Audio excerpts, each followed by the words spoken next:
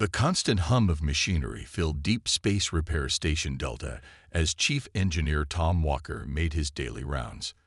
The station floated in the darkness of space like a giant metal spider, its 8 repair bays extending out from the central hub. Red and blue lights blinked along its surface, guiding incoming ships to safety. Tom loved early morning shifts. The quiet hours before the day crew arrived gave him time to think. At 45 years old, with gray starting to show in his brown hair, he had seen almost everything that could go wrong with a spaceship, or so he thought. The emergency alarm shattered his peaceful morning. Chief Walker to control room immediately. The station's AI announced over the speakers. Unknown vessel approaching. Critical condition. Tom jogged through the curved corridors, his magnetic boots clicking against the metal floor. When he reached the control room, the main screen showed something he had never seen before. A massive ship limped toward the station, trailing sparkles of golden energy. Its design was completely alien. Smooth curves that seemed to flow like liquid metal, with no visible engines or thrusters. The vessel's surface rippled with waves of color, like oil on water. "What do we know about it?" Tom asked the night shift operator. "Nothing, sir. It's not in any of our databases." The operator's fingers flew across his control panel, but they're broadcasting a universal distress signal. Tom grabbed the communication headset. "Unknown vessel, this is Chief Engineer Walker of Deep Space Repair Station Delta. We receive your distress signal. Please identify yourself." Static crackled. Then a melodic voice responded in perfect English. "Greetings, Station Delta. This is Captain First Light of the merchant vessel Star Dancer. We require immediate assistance. Our core is critically damaged." "Understood, Captain. But there are several alien repair stations closer to your position. Why come to us?" There was a pause before the captain answered. "We have already visited 3 repair stations of our own kind. None could help. We have heard stories about human repair stations, about impossible fixes made possible." Tom's eyebrows rose. This was new. Humans were usually seen as the newcomers to space travel, still learning from older species. "Dock at Bay 3. I'll meet you there." The alien ship moved with surprising grace despite its damage. As it entered the repair bay, Tom got his first close look at its structure. The vessel was about the size of an Earth cruise ship, but its hull seemed to be made of one continuous piece of metal, with no visible seams or joints. The docking procedure went smoothly, and a door appeared in the ship's side, flowing open like water. 3 aliens stepped out. They were tall and slender, with silvery skin that shifted colors like their ship. Their movements were fluid, almost dance-like, and they had 4 arms each. Their faces were surprisingly human-like, except for their large pearl-colored eyes. "Chief Engineer Walker," the one in front said, bowing slightly. "I am Captain First Light. These are my engineers, Dawn Song and Evening Breeze." Tom nodded respectfully. "Welcome to Station Delta. Can you tell me more about the damage?" The captain's skin darkened with what Tom guessed was worry. "Our power core is fractured. It's a crystal matrix that powers all ship systems. Without it—" "May I see it?" Tom asked. The aliens exchanged looks. Dawn Song spoke up. "Our own repair station said a fractured core cannot be fixed. It must be replaced. But core crystals take 50 years to grow, and we have no spare." Tom smiled. If there was one thing humans were good at, it was finding solutions when people said something was impossible. "Let me take a look anyway. Sometimes fresh eyes see things differently." As they led him into their ship, Tom noticed more aliens gathering at the bay's observation windows. Word was spreading fast. He heard whispers and saw fingers pointing, or whatever passed for fingers among the different species. The corridor inside the ship was unlike anything he had seen before. The walls pulsed with soft light, and the floor seemed to adjust to their steps. After a short walk, they reached the engine room. In the center, inside a transparent chamber, floated a massive crystal. It was beautiful despite the ugly crack running through its center. Golden energy leaked from the fracture, creating the sparkle trail they had seen earlier. Tom studied the crystal carefully. He had no idea how it worked, but that had never stopped him before. Humans had a long history of fixing things they didn't fully understand. "Well," he said, pulling out his tablet to take readings, "let's see what we can do about this impossible problem." Tom Walker stood before the fractured crystal core, his tablet displaying readings that made absolutely no sense. The crystal floated in its chamber, bleeding golden energy that danced like fireflies in the air. Behind him, Captain Firstlight and the two engineers waited silently. "Your power readings are unlike anything I've seen," Tom said, walking around the chamber. "How does it work?" Dawn Song stepped forward, her silvery skin rippling with blue patterns. "The crystal is grown in deep space over 50 years, absorbing energy from dying stars. It creates a perfect matrix that powers our systems." "And when it breaks?" Tom asked, making notes on his tablet. "It dies." Evening Breeze said simply. "No one has ever repaired a fractured core. The matrix patterns are too complex." Tom scratched his chin, thinking. He had fixed thousands of engines, but never anything like this. Still, broken was broken. Everything could be fixed if you understood how it broke. "I need to make some calls," he said, "and I'd like to run some tests on the crystal structure." The aliens agreed, though Tom could see doubt in their pearl-colored eyes. As he headed back to his office, he noticed more alien ships had arrived at the station. Word was spreading fast about the repair attempt. In his office, Tom called his old friend Mike Russell, a geologist back on Earth who specialized in crystal formations. The video screen lit up with Mike's familiar face. "Tom, what's got you calling at this hour?" "Need your brain, Mike. Ever seen anything like this?"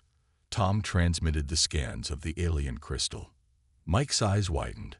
"Holy, no, never. But these patterns, they're similar to some deep Earth crystals we've studied. See these lattice structures?" For the next hour, they discussed crystal formation, energy patterns, and repair possibilities. When Tom finally ended the call, he had an idea. A crazy idea, but those were usually his best ones. He hurried back to the alien ship, finding Captain Firstlight in conversation with several new aliens who had arrived at the station. The observation deck was getting crowded with curious onlookers from at least 6 different species. "Captain," Tom called out, "I have a theory, but I'll need help. Do you have detailed scans of the crystal from before it was damaged?" Firstlight's skin flickered with interest. "Yes, of course. But why?" "Because we're going to regrow the broken section," Tom said. The aliens around him fell silent. "Impossible," Evening Breeze said. "The crystal takes 50 years to grow naturally." Tom smiled. "Naturally, yes. But what if we could speed up the process? On Earth, we've developed techniques to accelerate crystal growth for our computer systems. Different crystals, sure, but the basic principles might work." He pulled up a diagram on his tablet. "See these matrix patterns? They're similar to some Earth crystals. If we can understand the growth pattern, we might be able to repair it." Dawn Song moved closer, studying the diagram. "But the energy requirements would be enormous." "That's why we have a station full of power generators," Tom replied. "We'll need to modify them, build some new equipment, but it's possible." The crowd of aliens had grown larger, and Tom could hear them whispering among themselves. Many had probably come to watch humans fail at an impossible task. Instead, they were watching humans do what they did best: find new ways to solve old problems. Captain Firstlight's skin swirled with gold and silver patterns. "No one has ever attempted anything like this. The risk is better than doing nothing," Tom finished. "Look, I won't lie. This might not work. But doing nothing definitely won't work.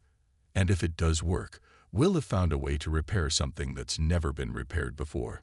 The captain was quiet for a long moment, then nodded. "What do you need?" Tom grinned. "First, I need to call in our best materials specialist. Then we need to build something that's never been built before." He looked at the growing crowd of aliens. "And I have a feeling we're going to have plenty of help." As he walked back to his office to make more calls, Tom heard the aliens buzzing with excitement. Humans might be new to space travel, but they were quickly gaining a reputation. When something was impossible, when no one else would even try, humans found a way. The challenge wasn't just fixing a broken crystal anymore. It was proving that human ingenuity could solve problems that had stumped far more advanced civilizations. Tom couldn't wait to get started. Kate Miller arrived at Station Delta 12 hours after Tom's call. She stepped off the transport ship carrying only a small bag and a large case of specialized equipment. Her red hair was tied back in a practical ponytail, and her eyes sparkled with excitement at the challenge ahead. "This better be good, Tom," she said, giving her old friend a quick hug. "I was in the middle of some promising research back on Mars." "Trust me," Tom replied, leading her toward the alien ship. "This is better than anything you've ever seen." The crowd at the observation deck had doubled since yesterday. Alien ships of all sizes and designs filled the nearby space, waiting to see what the humans would do. Some had traveled for days just to watch. When they entered the engine room, Kate stopped dead in her tracks. The crystal core pulsed with golden light, its cracks still leaking energy into the air. She walked slowly around the chamber, her hand hovering near the transparent walls. "It's beautiful," she whispered. Then she turned to Tom with a grin. "Let's break it more." The alien engineers, Dawn Song and Evening Breeze, looked alarmed. "Break it more." Dawn Song's silver skin flashed with red patterns of concern. "Just a little," Kate assured them, pulling equipment from her case.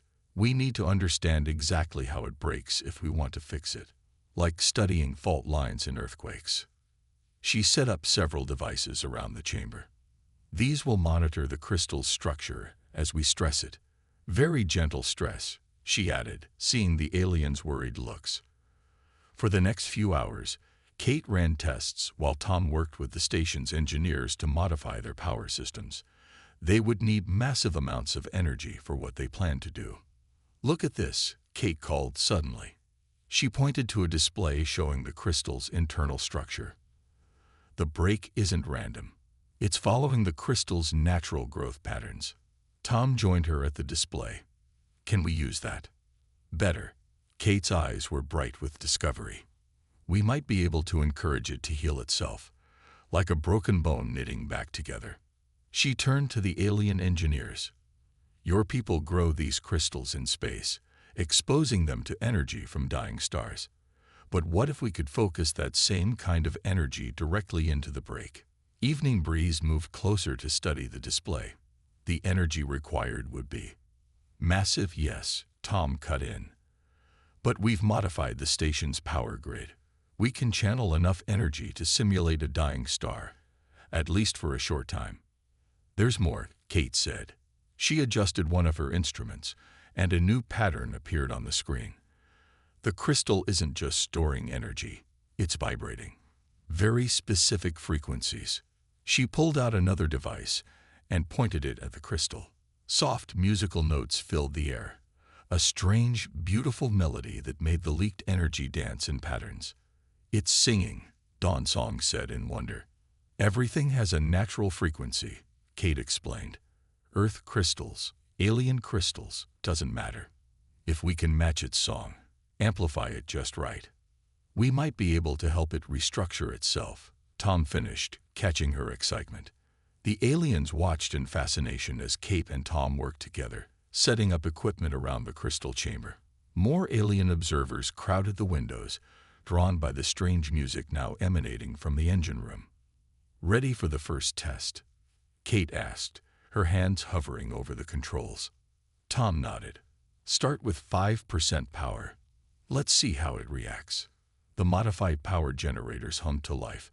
Energy began to flow into the chamber, carefully focused on the crystal's break. The crystal's song grew louder, and the leaked energy swirled faster. For a moment, nothing else happened. Then, so faint they almost missed it, a tiny spark jumped across the break in the crystal. "Did you see that?" Kate whispered. Everyone had seen it.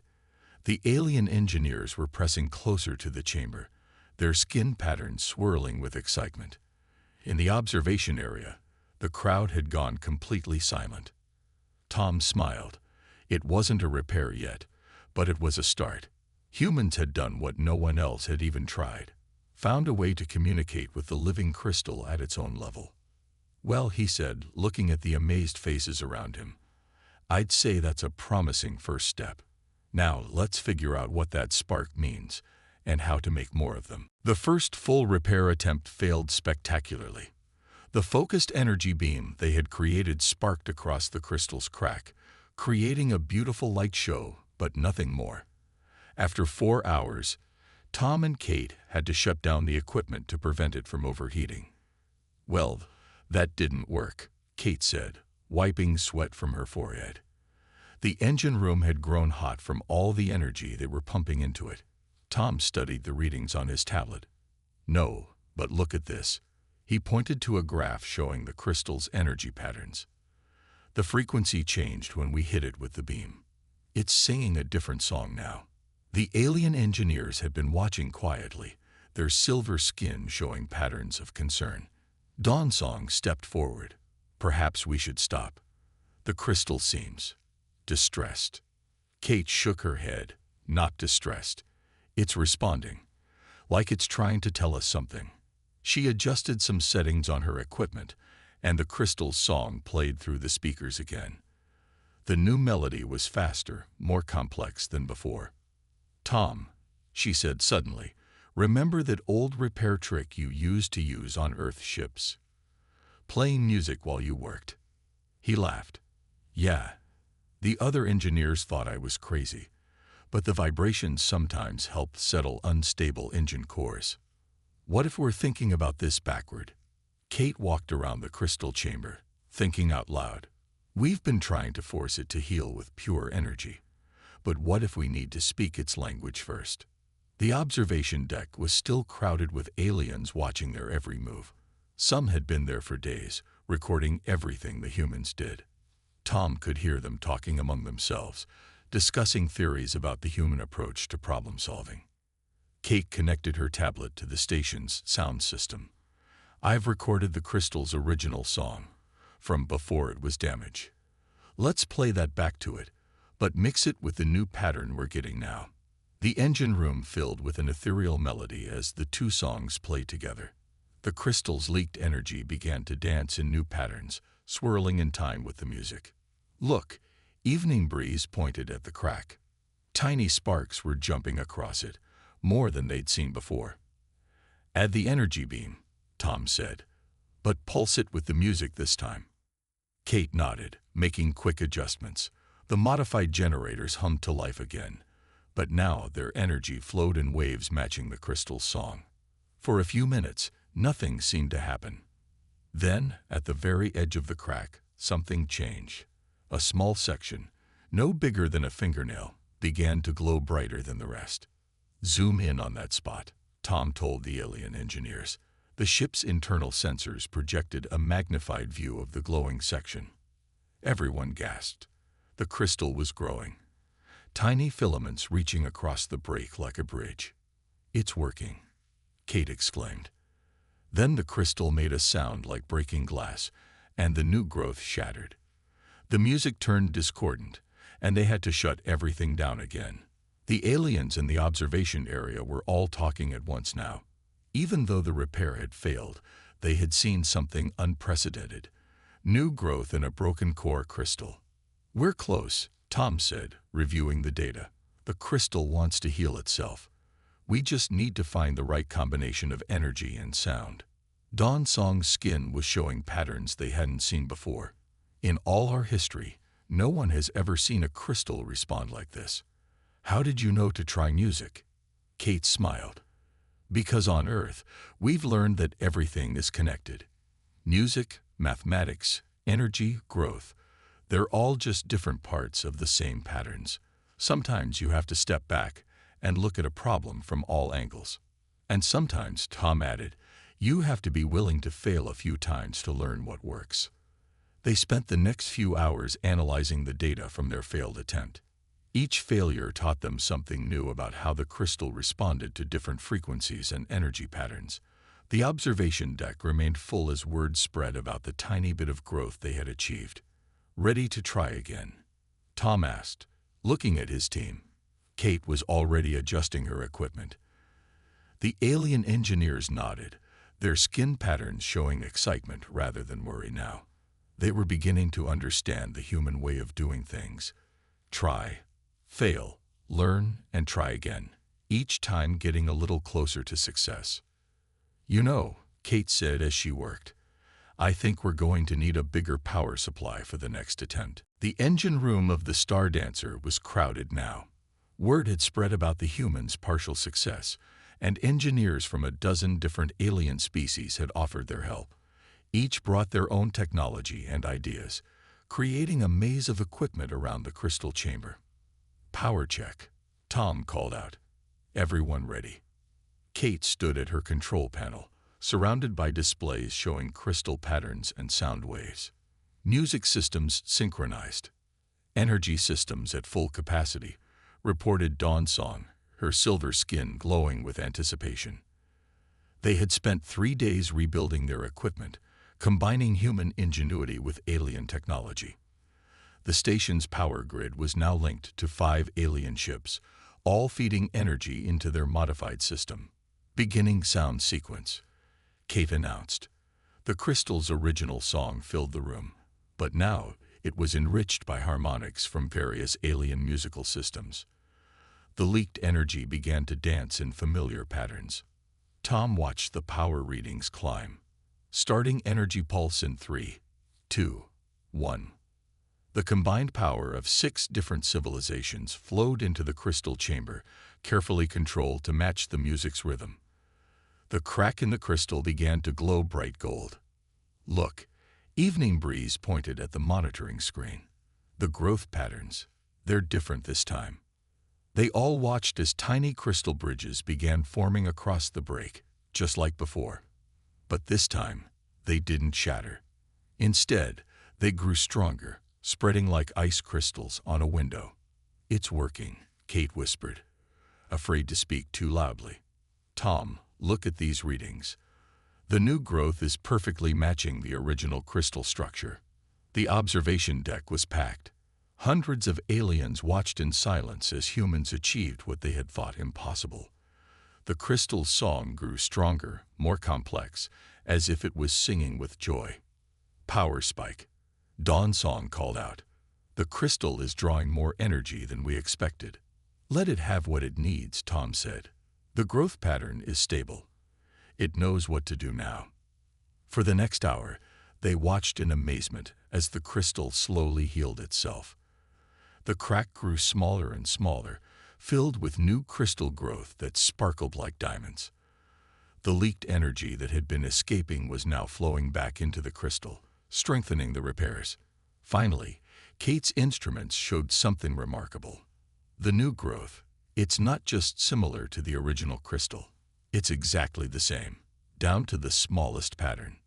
Tom checked the power readings. They were dropping steadily as the crystal required less and less energy. I think it's done." The engine room erupted in cheers. Aliens of all species crowded around the humans, their skin, scales, and fur showing their excitement in various ways. Captain Firstlight pushed through the crowd, looking at the crystal in wonder. "The core readings are stable," Dawn Song reported. "Power flow it's better than before the damage." "How is that possible?" Kate smiled. "The new growth incorporated elements from all our different power sources. The crystal adapted, made itself stronger. It learned, just like we did." The observation deck was chaos now. Representatives from dozens of alien repair stations were demanding to know how the humans had done it. The station's communication system was overwhelmed with messages from ships around the galaxy, all wanting to know if the rumors were true. "You've done more than repair a crystal," Captain Firstlight said to Tom and Kate. "You've shown us a new way of thinking about repairs, about cooperation between species. Tom looked around the engine room at the mix of human and alien technology they had created together. That's what humans do best, really. We take ideas from everywhere, try new combinations, and never stop until we find what works. And now, Kate added, checking her readings one last time, we know how to do it again. Different crystals might need different songs, different energy patterns, but the basic principle is the same. As the celebration continued around them, Tom smiled at his friend. You know what this means, right? Every repair station in the galaxy is going to want this technology. Good thing we took detailed notes, Kate replied. Though I think the most important thing we can teach them isn't the technology itself. Oh, it's the willingness to try the impossible, to learn from failure, to combine ideas in new ways. She gestured at the repaired crystal, singing its strong, clear song. That's the real human breakthrough. 1 month after the successful crystal repair, Station Delta was unrecognizable. The once quiet repair facility had become the busiest space station in the sector. Ships from every known civilization arrived daily, some for repairs, others to learn the new human repair techniques. Tom walked through the transformed main corridor, now lined with various alien food stands and technical workshops. The air was filled with the sounds of a dozen different languages, all being translated by the station's improved communication systems. Chief Walker, called a voice. Tom turned to see a young human engineer named Jack leading a group of alien students. Would you mind explaining to my class how you first thought of using music for crystal repair? This was Tom's new normal. Besides overseeing repairs, he had become a teacher. Well, he said to the eager faces, it started with something we learned on Earth. Everything has a natural frequency. As he explained the basics, he noticed Kate hurrying toward him through the crowd. Her red hair was messy, and she carried several tablets showing crystal patterns. Tom, you need to see this, she said excitedly. She turned to the class. Actually, everyone should see this. Follow me to Lab 3. The expanded laboratory space had been built specifically for crystal research. Inside, Dawn Song and Evening Breeze were working with a team of mixed species, studying a new type of crystal core. Watch this, Kate said. She activated a device they had created, combining human sound technology with alien energy manipulators. The crystal in the testing chamber began to glow, and its song filled the room. Is that Earth music? Tom asked, recognizing the pattern. Kate nodded. The crystals are learning from us, just as we're learning from them. This one started producing harmonies similar to human classical music. The aliens' crystals are evolving, adapting to new frequencies. The alien students crowded around the chamber, their various translation devices buzzing as they discussed the implications. One of them, a blue-scaled being, raised an appendage. Does this mean the crystals are becoming more compatible with human technology? Exactly, Kate replied. And not just human tech. They're becoming more adaptable to all sorts of different energy patterns. The more we work together, the more we all evolve. Tom watched the crystals dance of light and energy. In just 1 month, their repair station had become something entirely new. Part repair shop, part research center, part cultural exchange program. The station's cafeteria had expanded to serve food from 20 different worlds. Engineers shared not just technical knowledge but stories, music, and traditions. Problems that had once seemed impossible were being solved through combinations of different species approaches. Message from Central Command. The station's AI announced. The Interstellar Engineering Academy proposal has been approved. Station Delta will be the first campus. Cheers erupted throughout the lab. They had been waiting for this news. The Academy would officially recognize what was already happening. The sharing of knowledge across species barriers. We're going to need a bigger station, Tom said, looking at the crowded lab. Kate laughed. Already in progress. 3 more repair bays are under construction. And look at this, she showed him plans on her tablet. The aliens are incorporating human design elements into their own repair stations. Our crazy methods are becoming standard practice." Dawn Song joined them, her silver skin showing patterns of excitement. The crystal repair success rate across all stations has increased by 40% since we began sharing techniques. Even problems unrelated to crystals are being solved in new ways. Tom remembered how it started. One damaged chip, one impossible repair.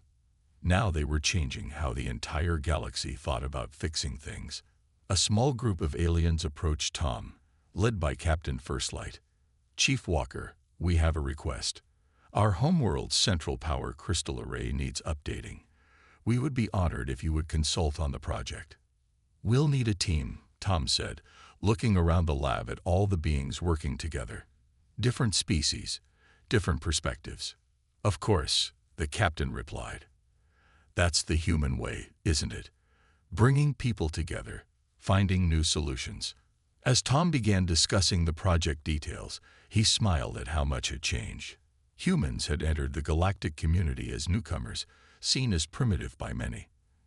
Now they were teaching the galaxy that the best way to solve a problem was to face it together, each contributing their unique strengths. The crystal in the test chamber sang on, its melody a perfect blend of alien and human influences, a song of progress and unity. 1 year had passed since the impossible crystal repair. Station Delta had grown to 3 times its original size, its repair bays now stretching out like the spokes of a giant wheel. The central hub housed the Interstellar Engineering Academy, where beings from across the galaxy came to learn and teach. Tom stood at the main observation window, watching ships arrive and depart. Behind him, Kate was giving a lecture to a mixed group of students about the principles of harmonic repair techniques. "And that's why we never say something is impossible," she concluded. "We just haven't found the right solution yet." As the students filed out, Tom turned to his friend. "Remember when we thought fixing one crystal was a big deal? Now we do it before breakfast." Kate laughed. "Did you see the report from the Centauri station? They fixed a quantum drive using our music method. Totally different technology, same principle." The station's AI interrupted their conversation. "Priority message from Deep Space Station 7. They have an unusual repair request." Tom and Kate headed to the control room, now staffed by a diverse crew of humans and aliens. On the main screen, they saw something that made them both stop and stare. A massive ship hung in space, unlike anything they'd seen before. Its hull seemed to be made of living metal, pulsing with internal light. Energy leaked from multiple points, creating a rainbow aurora around it. "We found it drifting in deep space," the Station 7 commander reported. "It's ancient, possibly predating all our civilizations. Its power system is completely alien to us." Kate was already studying the readings. "Look at these energy patterns, Tom. They're like music, but more complex than anything we've worked with." "Send it here," Tom said without hesitation. The control room burst into activity. Engineers of all species began preparing for the mysterious ship's arrival, each contributing their unique knowledge and skills. "You know what this means?" Dawn Song asked, her silver skin showing patterns of excitement. "If we can repair this ship, we might learn about civilizations that came before any of us." As word spread about the ancient ship, more repair stations offered to send their best engineers. What had started with one human repair station had become a galaxy-wide network of problem solvers, all working together. Chief Walker called a young alien engineer, one of their first academy graduates. "I think I found something in the ship's energy signature. It's similar to the crystal harmonics we studied, but with layers we've never seen before." Tom smiled proudly. This was their real legacy, not just fixing things, but teaching others to see problems in new ways. The Academy now had waiting lists thousands of names long, with beings from even the most advanced civilizations eager to learn the human approach to engineering. Kate joined them at the analysis station. "You know what's funny? A year ago, everyone thought humans were the newcomers, the primitive species who barely understood space travel. Now they come to us first when something seems impossible to fix. Because humans taught us something important," Dawn Song said, working on calculations for the ancient ship's repair. You taught us that being less advanced technologically doesn't mean being less capable. Sometimes, having to solve problems with limited resources makes you more creative. The station's AI announced the arrival of more ships, repair experts from 12 different species, all coming to help with the ancient vessel. The observation decks filled with excited observers, just like that first day with the crystal repair. Ready to solve another impossible problem? Tom asked his gather team. Looking around the control room, he saw the answer in every face, every gesture, every pattern of color and light. Humans had given the galaxy something it didn't know it needed, not just new repair techniques, but a new way of thinking about problems. The ancient ship would arrive soon, bringing with it mysteries that might reshape their understanding of the universe. But Tom wasn't worried. They would solve it together, combining human ingenuity with alien wisdom, just as they had done so many times before.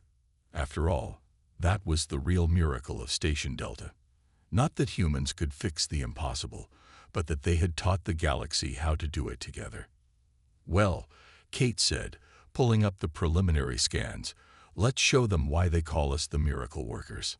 And somewhere in the station, a repaired crystal sang its harmonious song, a melody of cooperation that would echo across the stars for generations to come.